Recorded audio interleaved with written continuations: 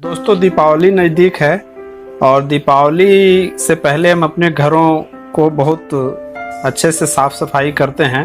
फिर दीपावली के दिन हम माँ लक्ष्मी की पूजन करते हैं, बच्चे पटाखे वगैरह जलाते हैं।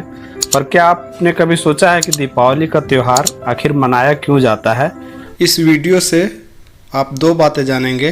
पहला यह कि अगर आप दीपावली त्यौहार के लिए अपने दोस्तों को विश करना चाहते हो तो उसका सबसे बेहतरीन तरीका यह है कि आप उन्हें एक डिजिटल ग्रीटिंग्स भेजकर विश करें जिसमें आपका एनिमेशन वाला नाम लिखा हुआ हो। और दूसरा यह कि दीपावली त्यौहार क्यों और कब से शुरू हुई और दीपावली में माता लक्ष्मी के साथ श्री गणेश की पूजा क्यों की जाती है। तो बने रहिए मेरे साथ वीडियो के अंत तक, और वीडियो अच्छी लगे तो लाइक और शेयर कीजिए और चैनल को सब्सक्राइब कर लीजिए।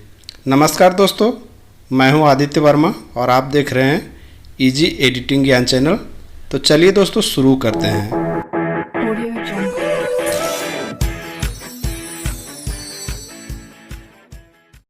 महाराज दशरथ अयोध्या के राजा थे। उनके 4 पुत्र हुए, राम, लक्ष्मण, भरत और शत्रुघ्न। राजा दशरथ के 3 पत्नियां थीं, कौशल्या, कैकेयी और सुमित्रा। राम माता कौशल्या के पुत्र थे, वे बड़े थे, और दूसरे पुत्र भरत की माता कैकेयी थी। लक्ष्मण एवं शत्रुघ्न माता सुमित्रा के गर्भ से जन्म लिए थे।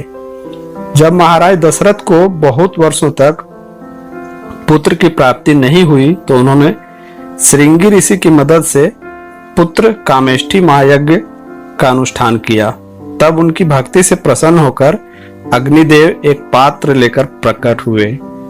पात्र में महायज्ञ का प्रसाद था।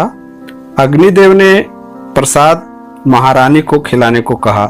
महाराज दशरथ ने खीर का 2 भाग करके रानी कौशल्या एवं रानी कैकेयी को खाने के लिए कहा, पर रानी कौशल्या और रानी कैकेयी अपने अपने हिस्से का एक भाग रानी सुमित्रा को खिला देती हैं।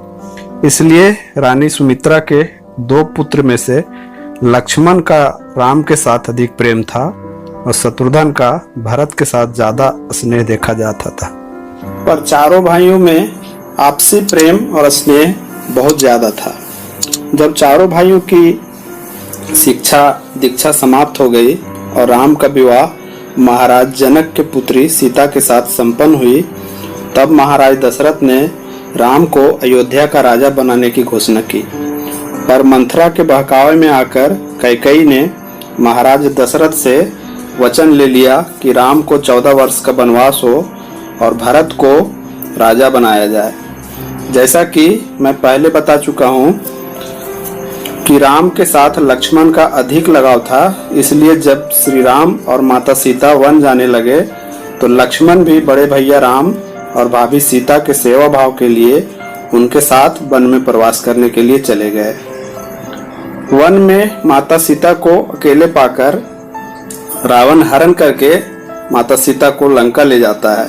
तो श्री राम और लक्ष्मण वानर राज सुग्रीव एवं हनुमान का सहायता लेकर लंका में जाकर रावण के कुल का विनाश कर देते हैं और रावण को मारकर माता सीता को मुक्त कराते हैं। फिर जब सीता को अपने साथ लेकर श्री राम, लक्ष्मण, सुग्रीव, हनुमान और विभीषण, जो कि रावण का छोटा भाई था और युद्ध में श्री राम का सहायक रहा था, सभी अयोध्या वापस आते हैं। आश्विन शुक्ल पक्ष दशमी यानी दशहरे के दिन रावण को मारकर श्री राम विजय हुए थे, और जिस दिन श्री राम अयोध्या वापस आए थे वो दिन आश्विन महीने के कृष्ण पक्ष त्रयोदशी था। यह दशहरे के 18वें दिन आता है। इसी के रात्रि को हम दीपावली मनाते हैं।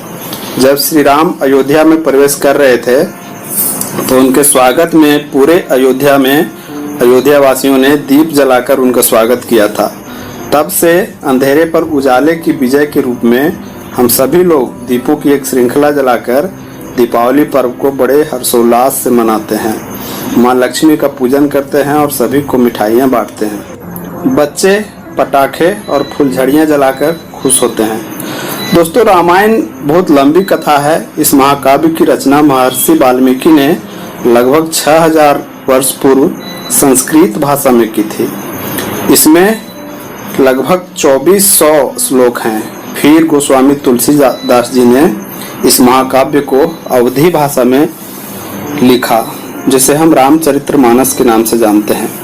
मैंने कुछ प्रसंग को बहुत संक्षेप में बताने का प्रयास किया है, जिससे कि दीपावली क्यों मनाया जाता है ये बात प्रकट हो सके।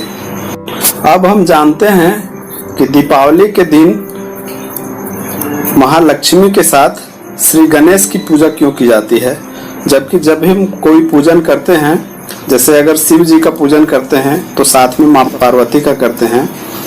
अगर हम गणेश जी का पूजन करेंगे तो साथ में उनकी पत्नी रिद्धि सिद्धि की पूजन होनी चाहिए। और हम रिद्धि सिद्धि की भी पूजन करते हैं, अपने घरों में दरवाजे पर या कहीं भी रिद्धि सिद्धि का नाम लिखते हैं।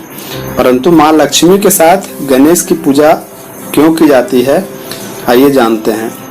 दीपावली के दिन धन की देवी माता लक्ष्मी की पूजा आराधना की जाती है, जिससे हमारे घर में धन की कमी ना हो और घर में सुख शांति बनी रहे। परंतु माता लक्ष्मी के साथ श्री गणेश की पूजा भी आवश्यक है। इसे हम इस प्रकार से समझ सकते हैं। अगर आपके पास बहुत अधिक धन हो पर आपके पास बिल्कुल भी बुद्धि ना हो, तो आप धन को अधिक दिनों तक संभाल कर नहीं रख सकते और अच्छे कार्यों में खर्च नहीं कर सकते। आपका धन या पैसा कुछ ही दिनों में समाप्त हो जाएगा।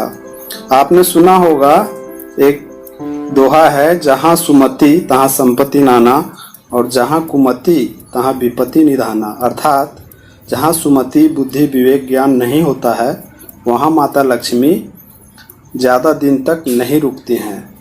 श्री लंबोदर गणेश जी बुद्धिदाता हैं और दुख हरने वाले देवता हैं। अतः माता लक्ष्मी के साथ हम भगवान श्री गणेश की पूजा भी करते हैं, जिससे कि माता लक्ष्मी हमारे घर को धन से भर दें और उसे संभालने के लिए भगवान श्री गणेश हमें बुद्धि देते रहें। तभी हमारे दुखों का अंत होगा और हमारे घर की सुख शांति बनी रहेगी। अगर आप अपने दोस्तों को और अपने परिवार के सदस्यों को दीपावली का डिजिटल ग्रीटिंग्स भेजना चाहते हैं, तो नीचे वीडियो के डिस्क्रिप्शन में मैंने लिंक दिया है। आप वहां से क्लिक करके सुंदर सा डिजिटल ग्रीटिंग्स दीपावली का अपने दोस्तों को सेंड कर सकते हैं। तो हैप्पी दिवाली दोस्तों। माँ लक्ष्मी आपकी सभी मनोकामनाएं पूरी करें। जय हिंद, जय भारत।